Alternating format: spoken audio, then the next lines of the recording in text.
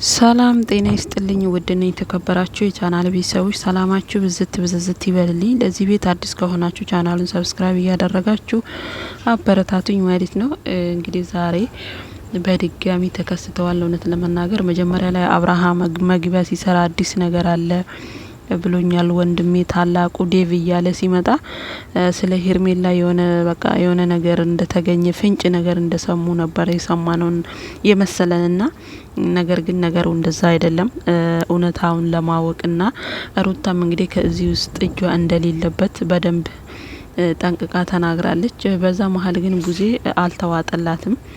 ምክንያቱም እሷ አሁን በውስጧ ያለው ጭንቅላቷ ላይ ያለው የሩታ ጥላቻ እንጂ ሌላ ነገር ሩታ የሆነ ነገር ብታወራ እንዴት ነው ሩታን ለመቀበል ፍቃደኛ አልሆነችም። በቃ ጭራሽ ከሄርሜላ ውጪ ሩታን ማሰብም አትፈልግም። ያንን ሁላ አብሮ እንዳላሳለፈ ሩታ እንደማታቃት አድርጋ ነው ቡዜ በጭንቅላቷ የሳለቻት ማለት ነውና በዚህ ልክ ደግሞ ትላንትና ብዙ ውጣ ውረድን ብዙ ነገሮችን አብራችሁ ያሳለፋችሁትን ሰው ዛሬ ወይ ደግሞ ትላንት ላወቃችሁት ሰው ብላችሁ በአንድ ግልብጥ ማለት ጥሩ አይደለም። እውነት ለመናገር በዛ ልክ ነው ቡዜ ለሄርሜላ በቃ እንዴት ነው ከሄርሜላ ጋር የኖረች ያክል ነው የሚሰማት ማለት ነውና አብራ የኖረች አብራ የበላች ብዙ ነገርን አብራ ያሳለፈችን ሩታ በሄርሜላ እንደቀየረቻት ነው የሚሰማ ማለት ነውና በዚህ አጋጣሚ ዴቭ ነው ተረዳት። ዴቭ ተረዳታል ሩታዬ ማለት ነው። ምክንያቱም እንግዲህ ሩታ እንዲ ነጄ የለበትም ብላ እስከ ማላ ድረስ በልጅ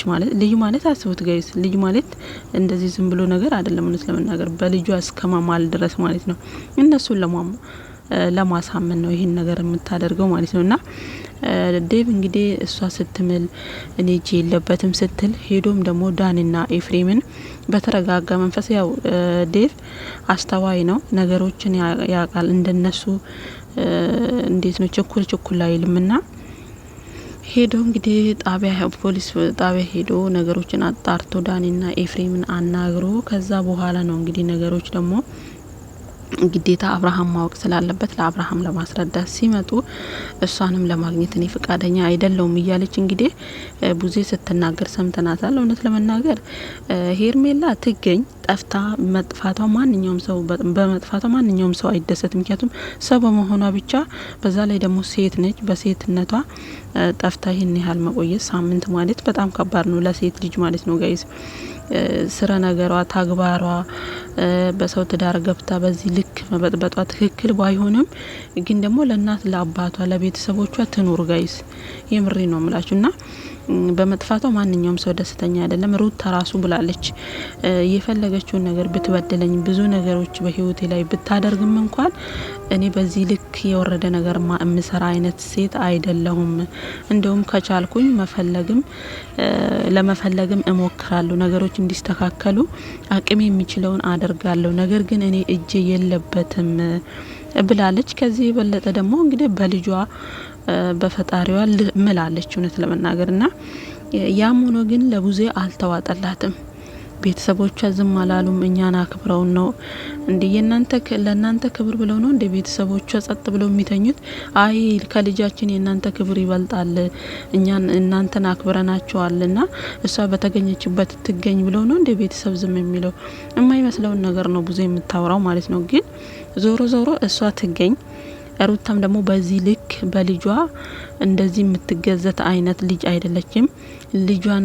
በልጇ ነው ማለችው እንግዲህና ሩታ እንደዚህ የወረደ ባህሪት ታደርጋለች ብዬ አላስብም። ምናልባት የአብርሃም ጠላቶች ብዙ ስለሆኑ በዙሪያ ያሉትም ሰዎችን በደንብ ስለሚያምን ምናልባት አቤል ሊሆን ይችላል ይሄን ነገር የሚያደርገው። ምክንያቱም ትላንትና አይታችሁ ከሆነ ማርቲን እያስፈራሯት ነው እያለ ነበርና በዛ አጋጣሚ ደግሞ ማርቲ ደግሞ በሩታ በኩል ያሉ ሰዎች ናቸው እኔን እያስፈራሩኝ ያሉት እያለች ነው። በስም አጥፊነት ራሱ ሩታ መቀመቅ ትከታቸዋለች። የምሬ ነው ምላችሁና አርፋችሁ ብትቀመጡና ምናልባት የነሱን ስም ለማጠቆር ልክ ሩታ እንዳለችው ማለት ነው የነሱን ስም ለማጥፋት ሄርሜላን ደብቀዋት ሊሆን ይችላል እንጂ እውነት አጋቾቹ ራሱ ይህን ሳምንቱ ሙሉ አግተው ቁጭ ይላሉ ብዬ እኔ አላስብም።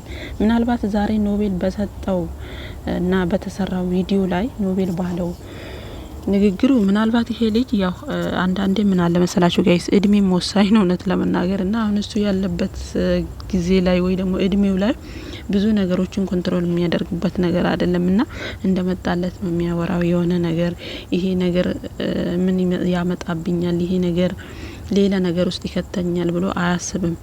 ሶ እሱ በዛተ ቁጥር እሱ የሆነ ነገር ባለ ቁጥር ወደ እነሱ እንዲዞር ነው ፍላጎታቸውና በዚህ አጋጣሚ እንግዲህ ሩታን ከነገሩ ነጻ እንደሆነች ይፋ አድርጋለች። ቡዜ ባይዋጥልሽም ቢዋጥልሽም ሩታ የጅል